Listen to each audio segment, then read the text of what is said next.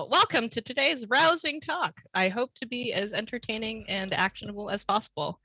My name is Paula. You all know me. I don't necessarily go through all this, but for anyone on the recording, I've been in the gaming industry for about 10 years and change, going in and out to games-related projects as well.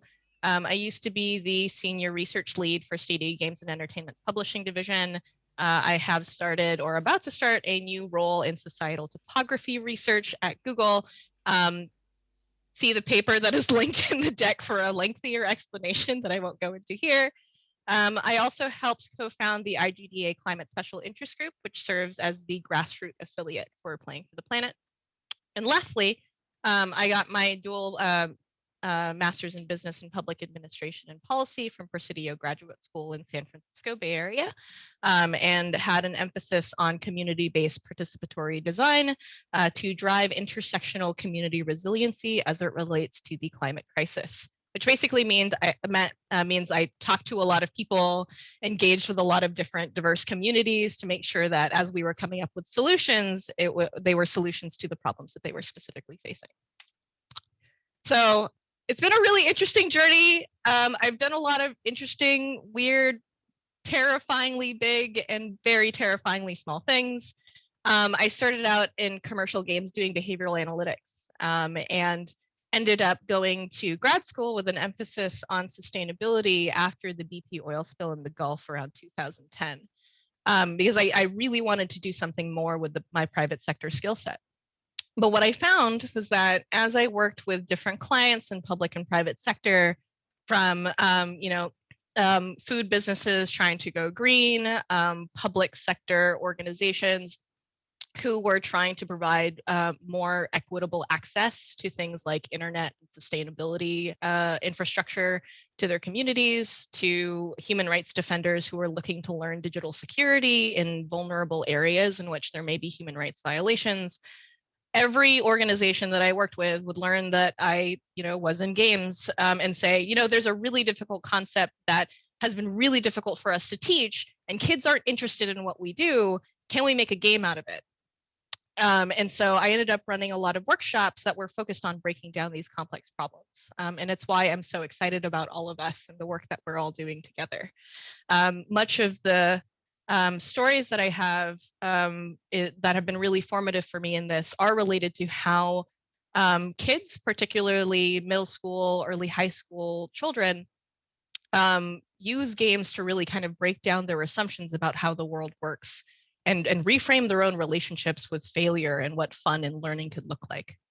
One of my most favorite stories that I love to tell is from my days at Glass Lab, which was a nonprofit focused on turning AAA games into formative assessment tools that middle school science and English teachers could use to learn how their children were learning.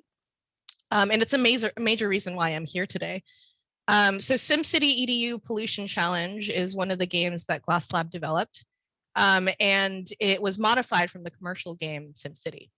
And we had 4 different missions of increasing complexity that would help break down univariate and multivariate systems thinking for 5th, 6th, 7th, 8th graders.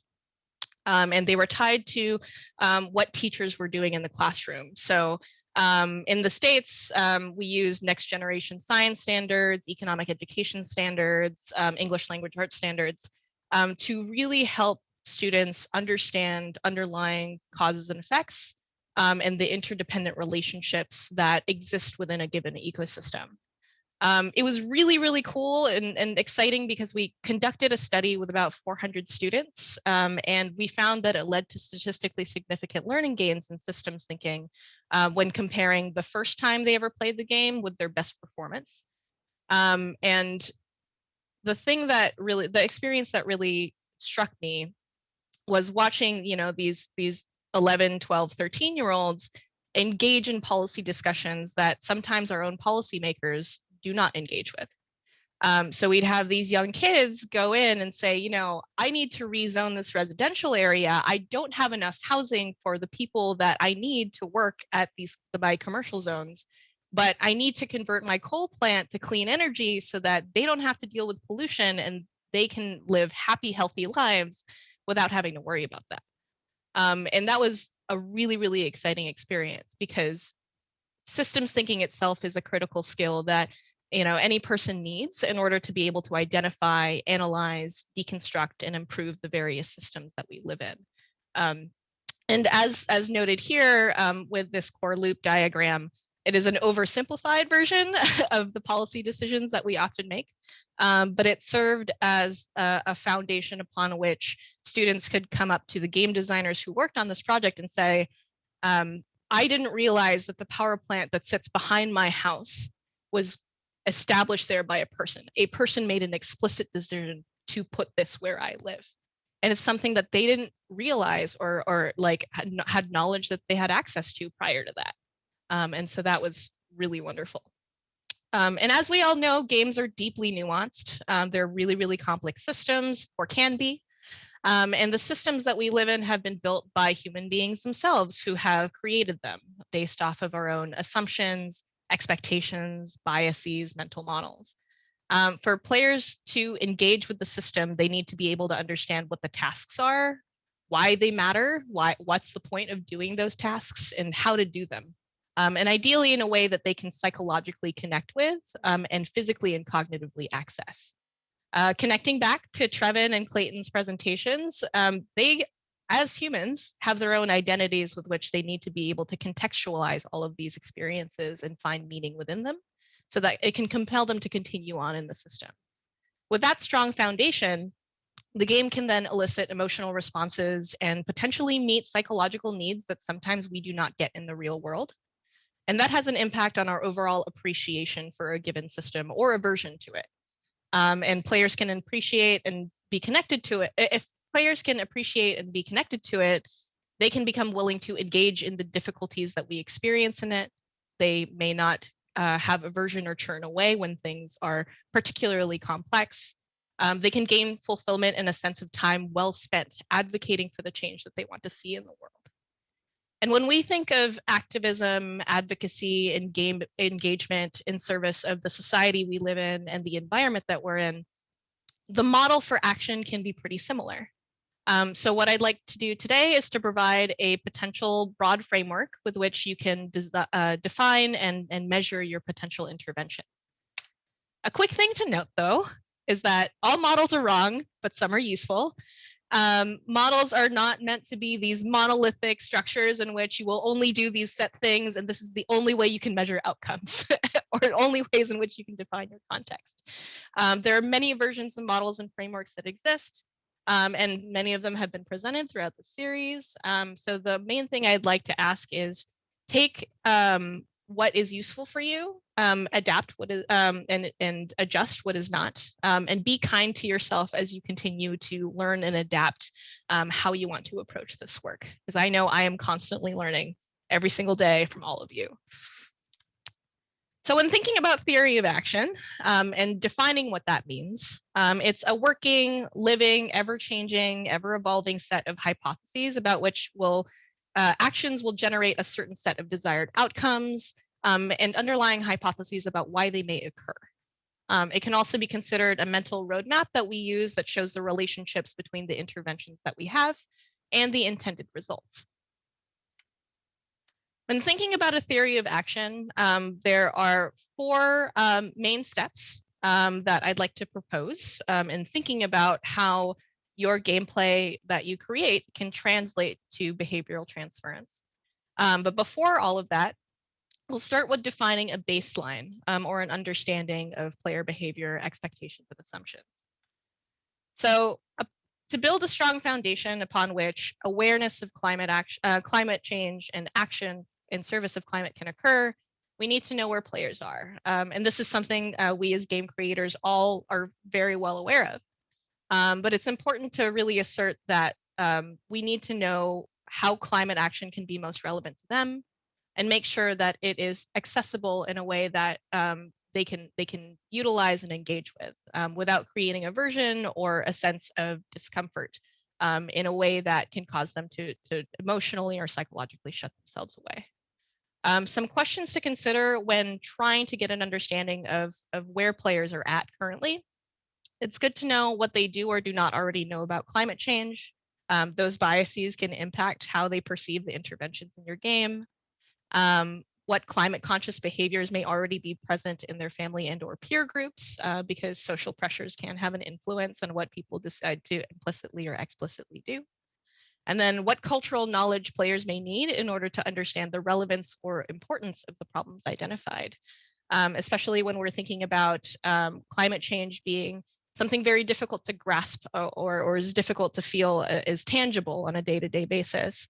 It's really important that we think about our representations of those complex problems in a way that can make it most relevant to the person who may not necessarily experience it directly, or may experience it as harshly as certain marginalized populations, but can still be relevant and create context and empathy. A thing I should have noted earlier is that this presentation is not meant to give an outline of survey design methodology. So in each of these slides, I'll just provide some sample questions for you to think about, certain language to consider. If anyone would like a deeper discussion around how to design for that, happy to take that offline or set up a separate call. But some sample questions to consider when thinking about how players are entering your game. You could have them rate the level of perceived impact that it has already had on their life, or that of the people that they see out in the world. What sustainability practices are present day to day that they are already doing or not doing. And also, if you were to have them explain climate change in their own terms to a friend, seeing what they would say may indicate underlying assumptions about how it works, how the system exists, and what place they play themselves in it. Sorry, my grammar is a little funky today.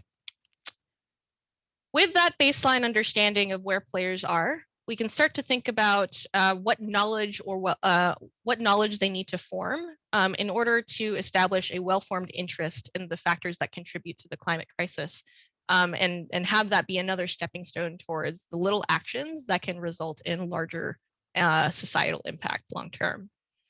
Some questions to consider here are, what are the foundational science concepts that are necessary for players to understand the problem and then the proposed solutions?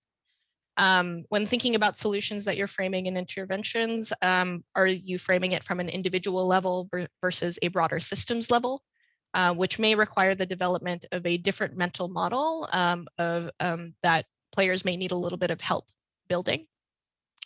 And lastly, how may the science, the problem, and the potential solutions be contextualized for audiences of different backgrounds? So people, say, in major metropolitan areas may have a very different perception from somebody in a rural area, for instance. So how do we account for those differences? And how do we make sure that there are different entry points with which people can still connect with content and engage with it, regardless of where they're from, or being mindful of where they're from? Some sample metrics and questions to assess conceptual understanding of and the awareness that they've gained is pre and post tests for multiple choice questions on science concepts, doing a post test to have them describe what they've learned in their own words, so articulating it back as if teaching it to another person. You could have them talk about the potential solutions to deforestation in their own words, keeping in mind that you'll likely want separate questions for types of effects versus solutions, since you'll be calibrating the assessment on different things. You'll just want to make sure to not confound them too much. And then on a scale of 1 to 5, how actionable are the solutions proposed? In this phase, it's not necessarily with the intention to say, like, okay, like, what do you do next? It's more, do they understand what can happen next and whether or not it's relevant to them? Because if it's not relevant to them at all, they may not be able to act. Next one is inspiring action. So there's a point at which a player gains enough knowledge and interest in engaging in self-advocacy. So acting upon their own intention to not only support themselves, but support a cause or support an interest that they think is really important, and respond to a call to action that you provide. The behavior itself, it noted, should be voluntary, so not mandatory, not forced. and is likely to happen over time. So change itself won't happen overnight, and individuals may oscillate between these different phases throughout the theory of action. So it's important to keep in mind that everybody will learn a little bit differently and at their own pace. Some questions to consider here are how accessible is the solution for proposed players, keeping in mind what we mentioned before about different backgrounds, economic access, things like that. What resources players may need in order to act upon the green nudger activation. So in this sense, it doesn't necessarily always mean money. It could also just mean contextual support, community support from the developer community, things like that. It's also good for us to think about what feedback players can receive in order to understand and recognize the impact that they're creating and are enabling. Games already do this very well in the sense that we provide contextual feedback when they have progressed through a story or a quest point or a task.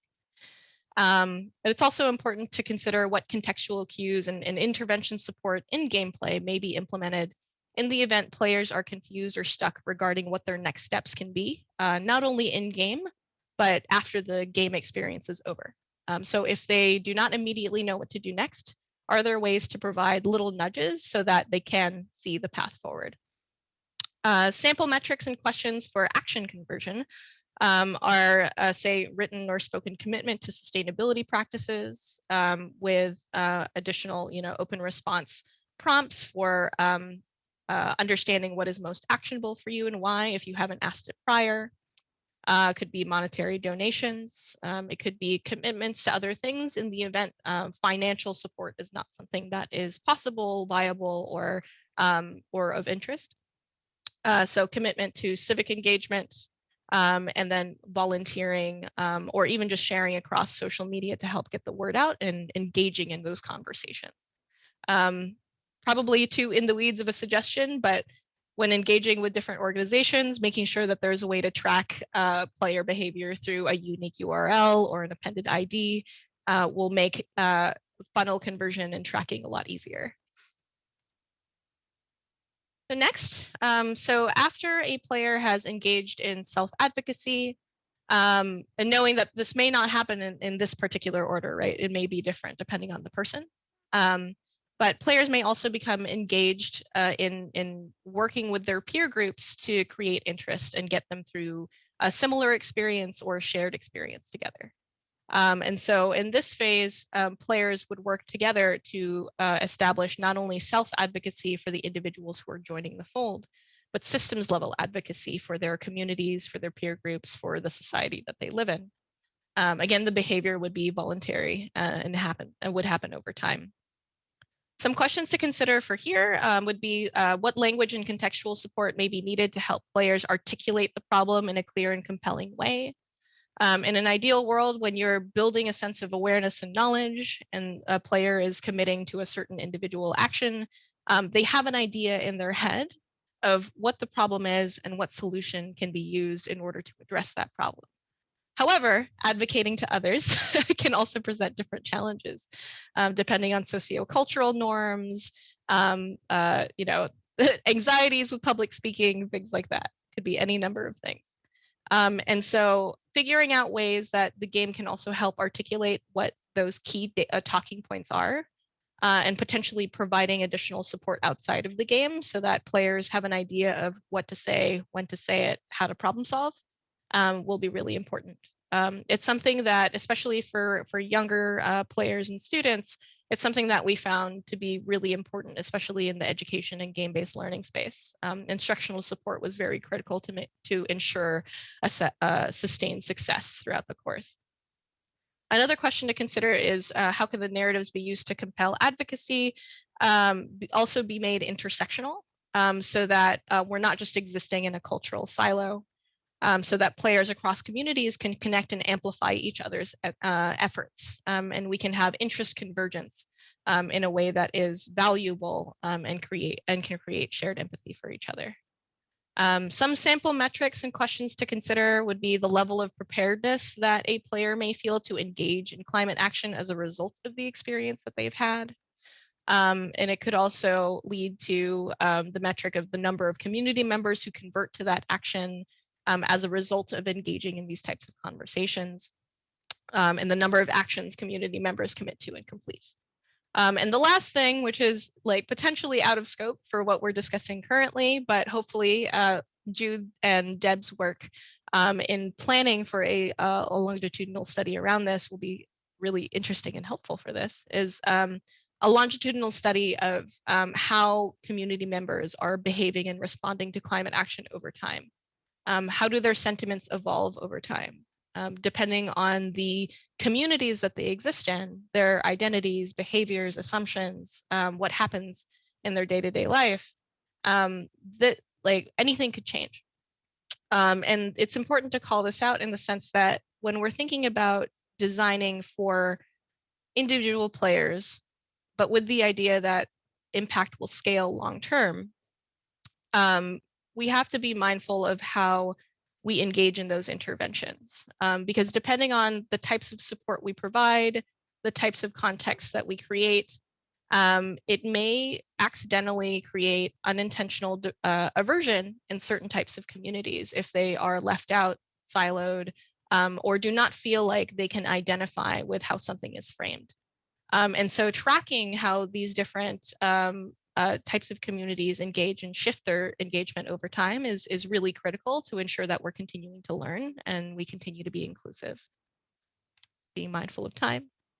The last piece is work that's already kind of starting and emerging in our industry, is that there will be a point at which our broader communities and industry as a whole will drive systemic adoption and practice climate conscious behaviors. And over the longer term, these will become normative behaviors that are a core part of our cultural systems and expectations of each other.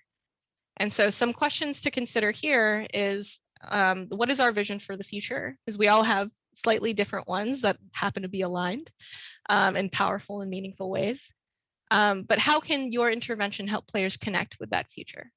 And I know that's something that we're already talking about for game design and the things that we're talking about here. But alongside that, thinking about what perceptions players have of their own futures. What are the scenarios that they potentially face? And how do those align or misalign with the future that we're creating together? We also should consider what new or emergent normative beliefs may manifest as a result that we may not necessarily perceive yet. And it's difficult to assume the unknown unknowns. But it's good for us to keep an eye out as players and youth in particular start to respond to the content that we're creating. And lastly, what does a regenerative future look like? Assuming we get to carbon neutral and assuming we get to the future that we want to create, what happens after that? And what happens from a player's perspective? Are they able to see the future beyond a carbon neutral state? And can we meet it? Or is our path meeting that expectation or not meeting that expectation? If so, how? And some sample metrics and questions here. We don't have a lot just because this is a very future-facing, nuanced topic, but some things to consider are published case studies, narratives showcasing the impact on the local to global level, and then gauging player and community sentiment around how those stories and emergent narratives are being created. Are they continuing to be relevant over time? Are they actionable? What's the point at which they stop being actionable? Things like that. And overall implementation of policies and standards upon which we'll maintain our carbon neutral and or regenerative state. And so with all that in mind, I know that was a lot. I'd like to go through a sample scenario with y'all, and I'd love to hear what everyone's thoughts are as we engage in these questions. If you don't feel comfortable unmuting, feel free to use chat. I will do my best to pay attention to both.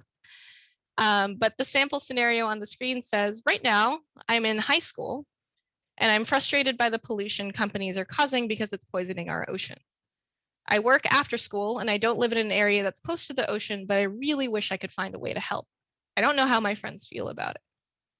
And so when thinking about the theory of action, do we have any thoughts regarding where this person may be across that continuum?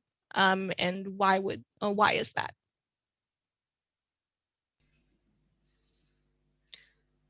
Awareness, because they are aware of the pollution that the companies are causing. They don't live near the oceans. They don't really know how to help, but they're aware of the problem. Cool. Yep. That's definite. Okay. Yeah. Top marks. 100%. Are there any aspects of their understanding of the poisoning of the oceans that you think you would want to know more about to kind of gauge where they are like in their awareness level?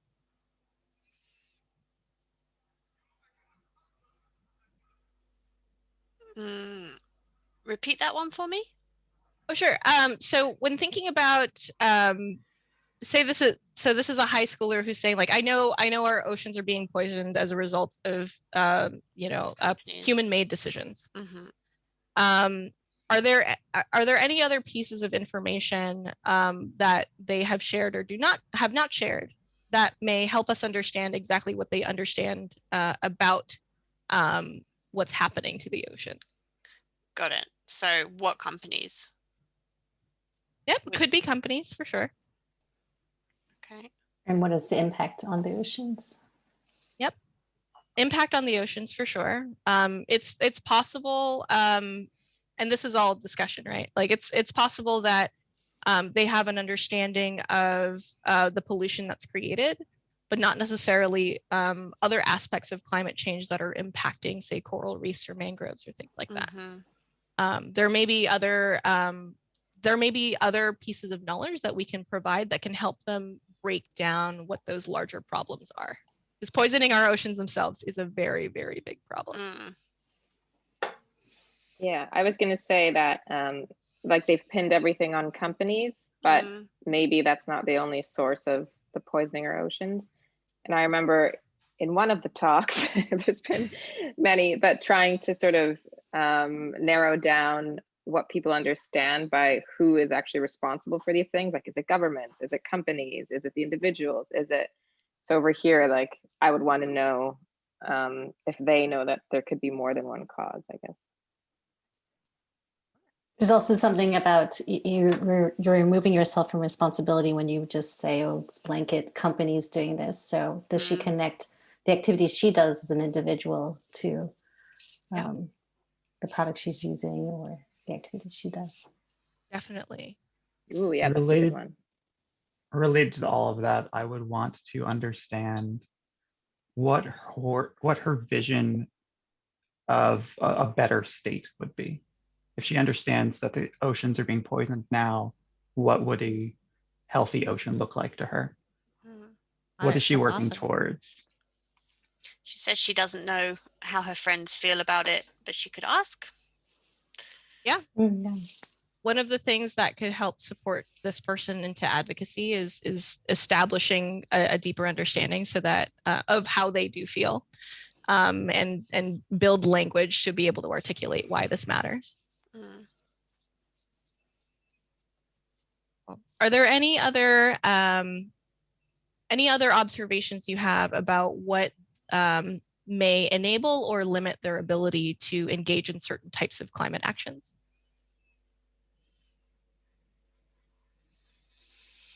I mean, I think for me, even as an individual, there's just an overwhelming amount of activities I could do, and I just get lost in, I don't know, decision fatigue or something. Yeah. Where and I also don't know which one's the best one.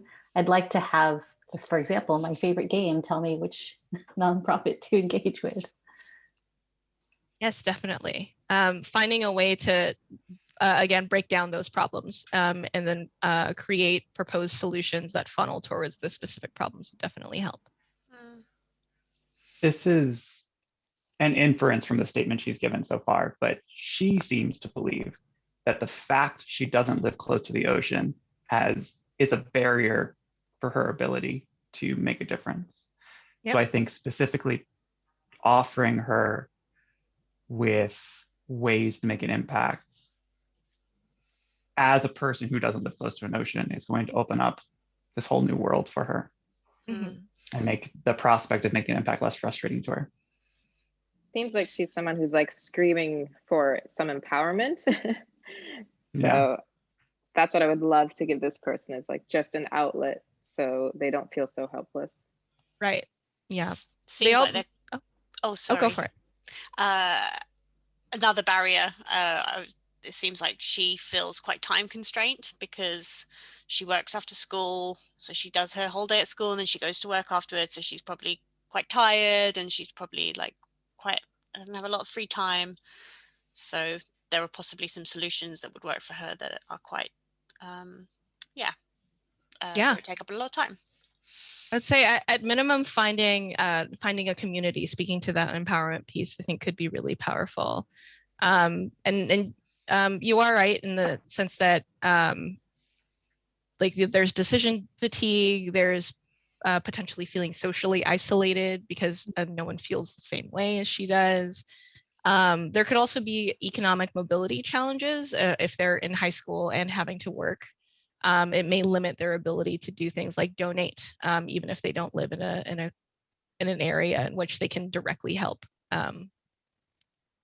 Those are all good factors to consider. So say say the game that you were focusing on was focused on solutions to help restore ocean habitats.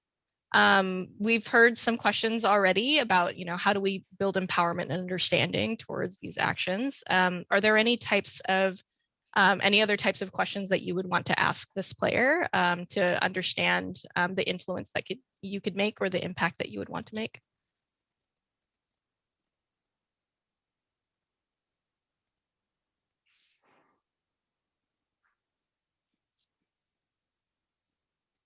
I think on a short term, I'd want to do some sort of pre and post assessment regarding how empowered she feels to make a difference.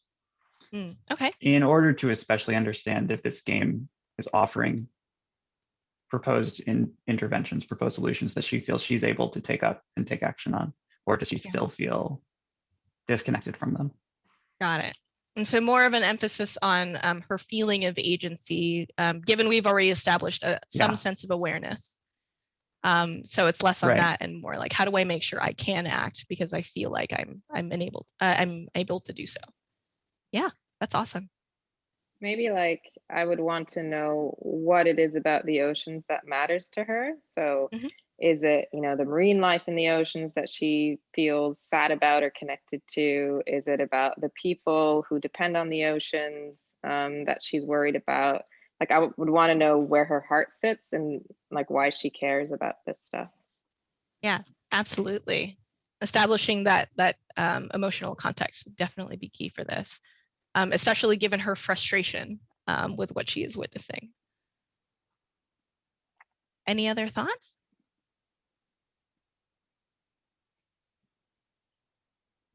Cool. So we have 20 minutes left. I hope this has been interesting and or helpful so far. So since there are 6 of us, we can choose to do small breakout groups, or we can do this together. I think it depends on what you all want to do. Together. Okay, great. Together. Especially with this dance party. Quick, everybody coordinate. One of the things that I wanted to try out with you all is to kind of take this theory of action and start to put it in context of the designs that you're thinking through and the interventions that you're thinking through. I have a template here that we can use, or we can just talk out loud, whatever is everyone's preference. If we would like to kind of talk and problem solve together using this, I'll share the link in the chat and we can just kind of live edit together. If we'd prefer to just have a discussion, that is okay too. How do folks feel? Discussion. Okay. Everyone's like, it's basically Friday afternoon. I'm tired. I was gonna say, yeah, we'll make this as kind and easy as possible. All right. So in thinking about the theory of action that and the hypotheses that you're building, does anyone want to start off with sharing what specific problems that you're thinking about helping to solve? or broader kind of like just challenges that you're kind of thinking through right now, and we can start to work from there.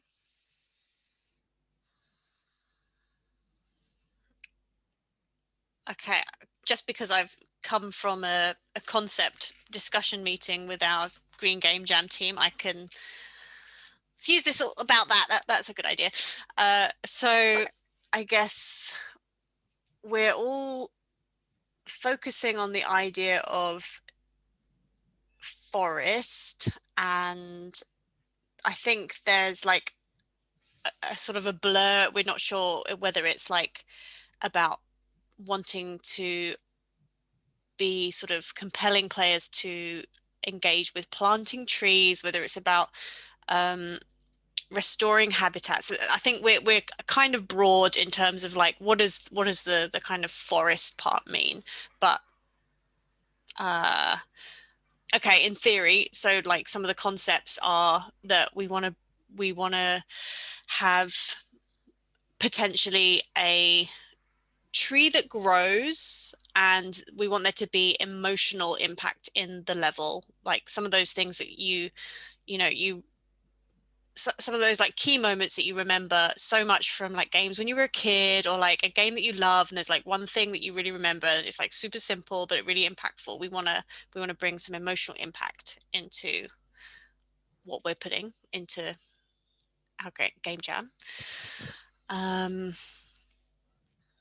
What are the what ideas are currently floating around what a player may need to know, if anything, in order to understand what's happening in the game? Yeah, that's something we're struggling with, or not struggling with, but that's something that we're trying to work out how we would communicate that. So there is this kind of notion in the existing game of like a storyteller, and they're quite conceptual, but in theory they can kind of help with that sort of emotional connection to the content of the story of the tree or the forest, or so yeah, and we believe that the storyteller can help also kind of provide the context to why the player is doing this thing. Got it. Okay. So the storyteller, just to make sure I put it in here, storyteller would drive the emotional response or help instill it? I think help instill it, I guess help give the context to the player, so that if and when this emotional action happens, they already have the understanding as to why it's powerful. Right. And then so why tree planting, or forest rebuilding is important? Well, are there any oh, sorry, I feel like I'm like I'm prompting too much. Are there any other aspects of the tree planting that you think are important to help put the problem into context?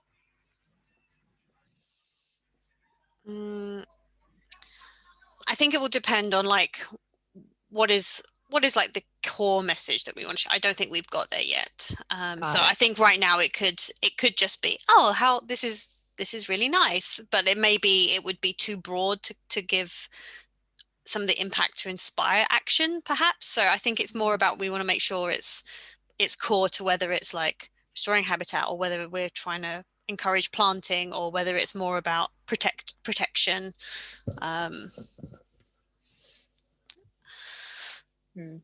Yeah. Does anybody, I don't want to monopolize the discussion. Does anybody have any thoughts or questions that may be helpful for this? I was just going to add to it, but then I kind of lost it for a second. But I'll add to it that there's also the question I had on that breaking immersion, right? Like this is a fantasy world that Jane and the team are working with, and how do you communicate and educate and establish awareness when this world is a fantastical, impossible world?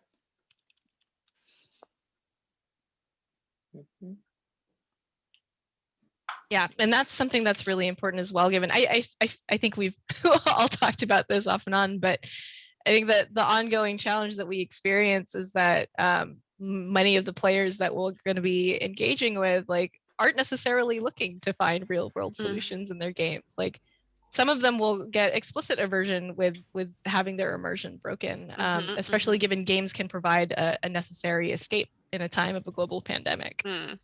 And so trying to find a way to establish like actionable hope is something that's definitely a challenge. Do you have anything in mind of like hopes or hypotheses you have about it sounds like you're in the awareness and individual kind of action space for now, is that correct? I would say so, yes, because I was just thinking about some of the things we were talking about were how do we, we were trying to work out how do we kind of get people to talk about it outside of the game, and there is a social sharing function of the game where you can kind of like take a screenshot at the end of the level, and it has something that you would create at the end of the level, and then you can share it, and you can pre-populate sort of the Twitter tweet that would go with that sharing function. And we think people would be compelled to share because some of the ideas are like perhaps by buying this thing they've already planted trees, and we kind of know that people always want to talk about that with our last game because that's something we've already done, and we know that people want to share that because they feel proud about it, and it should spread quite a lot of awareness to their followers. Got it. Yeah. One of the things I'm hearing maybe also just psychological fulfillment in the sense of like achievement or sense of purpose. Yep. Okay. Yeah, I would agree.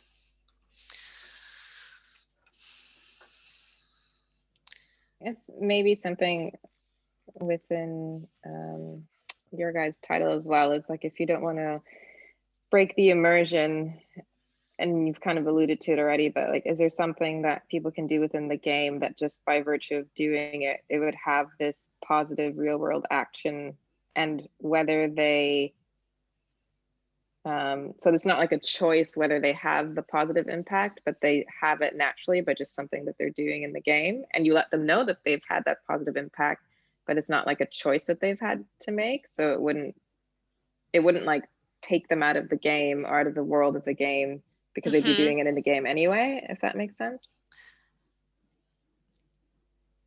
So yeah, I know exactly what you mean. So there's I mean, it's hard to talk about because the concepts are so wide right now, and we were starting to narrow them down, and it also depends on what we can actually achieve. But so in the theory of the thing we're talking, we're thinking it would be potentially an in-app purchase that would cost the player a certain money, but they would know that it would all be all the proceeds that us two games would collect from it would be donated to the forest, or the trees, or the planting, or the initiative that we're asking them to be involved in. So there would already be that information beforehand, probably. But knowing from the previous game we did, where we did the tree planting, people didn't know about it in the game, and we should have done that. They should have known about it. But, was it what was the blocker to them understanding that was something that was available in the game? So unless someone followed the game, so Alba's Twitter account or Instagram account, or read stuff on Steam, or just read, if they weren't sort of active in online game communities or reading things about games, they may not have found out that when they downloaded the game they got a tree planted. But yeah, so that was definitely a learning from the past experience, that shout about it, make them know, make sure they know that that's something that's happened. I was going to say, I don't know if this is in or out of scope or not, but I guess in-game contextual cues as you like pass by a tree to maybe prompt something. Yeah, I think this is achievable as well. Yeah, without breaking the experience. Yeah. Yeah. Yeah, I'm thinking of like this, the storyteller. Well done, my child, for planting a tree. I'm sorry, this is all so weird and conceptual, but no, not at all. I think it's great. And there's something awesome. very comforting by you saying "my child." By the way, I don't know why. I think that happens in one of the old games. Anyway. I feel very nurtured. Yeah, exactly. Oh, gosh. But it does sound like when thinking about creating affordances for different types of players as well, like even those who would even if players don't necessarily like, if players aren't able to do in-app purchases, would they still be able to like kind of plant a tree and like share an artifact in that way, even if it's not directly going to tree planting? I'm just wondering if there's like a different way for people who don't necessarily have economic agency to still help get the word out. That's something we're thinking about as well. Yeah. How would they get the word out? I mean, they could get the word out through resharing some of the stuff that other players will have shared. So retweeting, or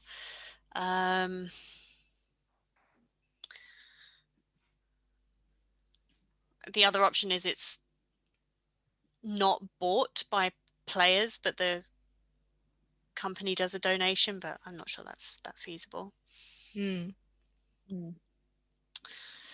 What do you think? I definitely think finding ways to create a sense of like support and achievement, even if they can't necessarily do an in-app purchase, is something that can be really powerful. I do also like agree, like doing company matching is not always feasible. Does anyone have any thoughts? I mean, if you can have it built in so that it's not just a donation mechanic, but also like, you know, let your voice count in some way, like we've been talking a lot about signatures, petitions, etc. Yeah, that's good. Yeah. So giving people the option, or saying you could do both or either, and that way you're not maybe saying like one is more important than the other, because then you might feel a bit crap that you're like, oh, I'm only doing this petition. But sort of letting people know that any action is amazing, and it, you know, you shouldn't feel like one is better than the other. Like anything you do is great, so that they also feel valued for taking that action. So here's another problem that might be good to look to help to solve is the actual action of taking people outside of the game ecosystem. And this is something we struggle with Alba as well, is taking them outside of the game and then into other links or to things where they have to like sign up or make a signature or sign up to a website was really, really hard to convert. And some of the things of like just the nature of where our games were, where they were purchased from, or like app stores, and we couldn't have like hyperlinks in game to take them outside of the game. So there was some like physical constraints around like, how do we make that journey of like telling them to put your name on this list, and how do we not lose them at the point where they've kind of not playing the game anymore. Yeah, that's true. And and it's unfortunate that like the bad UX of other sites can also directly impact the ability to drive conversion. Definitely. Yeah. Could you offer them some re-engagement? So once they've completed said task and come back to the game, they get some reward for doing it, potentially. Yeah. We did something similar with a survey for our players. So we presented a pop-up saying, you did a survey to help us out, and we'll give you some currency. And then it would go off externally. And then at the end of the survey, there was a dynamic link to come back. That's how we sort of rewarded and tracked players. That's really good. I'll just add that in there. Thank you so much. Yeah. Something we've done, and this is not super well validated yet, this is something we're trying out. When we want players to take an action outside of the game, and it's really hard to validate that they did it, something we're looking into is giving them an objective in the game space to go do this very specific thing, and then come back, and we leave that objective kind of unfulfilled, and we put it on the player to validate that they did it. They just come in and they press a button, they check it off. But we leave it unchecked until they physically do it. It's not like, oh, by the way, you could do this. It's weighted, it's presented as an objective in the game space for them to go out into the world, to go to this website, go do a thing, and then come back. We're very, very specific. This exact action is what we want you to do. And there's not really a penalty for not doing it, but if you do it, you get validated in the game. And so far, it seems that people don't lie. They don't tend to lie about it. It kind of adds a little bit of cognitive pressure every time they log into the game of, oh yeah, I was gonna do that. And if they just keep seeing it day after day, every time they enter the game, we're seeing some conversion that way. Again, it's hard. This is a thing to look at when you can't easily convert and can't easily track any of the better ways. But could you and this might be too much, it's like that annoying little notification thing you have and you're like, I must click it to make it go away. But the push notifications. Yeah, like must click. But yeah. And this is kind of like probably what Chris was saying, but you have a link that takes you to an external site, you do the action on the site, and then this might take more work, but by doing the action on the site, you almost get like a code, like say a promo code that you then have to input back into the game to claim your reward, so that each action will be traced to an individual code that they then have to input back into the game so that you can track the uniques. Like I know before it became illegal via Apple, we did a ton of promo codes for our game Rival Kingdoms, where we would just litter the social stratosphere with promo codes that people could redeem in the game. And I don't know exactly what the ramifications of that are today, because that was 5 years ago. But yeah, having a unique code that tracks back to the game so that people can claim whatever it is that you want them to will ensure that they come back. And might also be kind of fun, ooh, my unique code that I get, I've unlocked this thing on the site, and now I have to go back to the game to input it and get my thing. So this is leading to unique end-game achievements. Which I'm a sucker for, by the way. There's a reason why I can't play Breath of the Wild ever again, because I collected all of those Korok seeds. Never again. So we're right at 10. Oh wow, yeah. Thank you very much for offering the prompt to discuss all of these things. Hopefully this has been helpful. Happy to copy and paste and then remove from the deck. Cool. So just to quickly recap, and I can present again just to close out. If anyone has any other thoughts, always happy to stay on afterwards. But just as a quick recap of a potential theory of action, knowing that there's always going to be flexibility as we create our own interventions, is that starting out with understanding where our players are at, really important.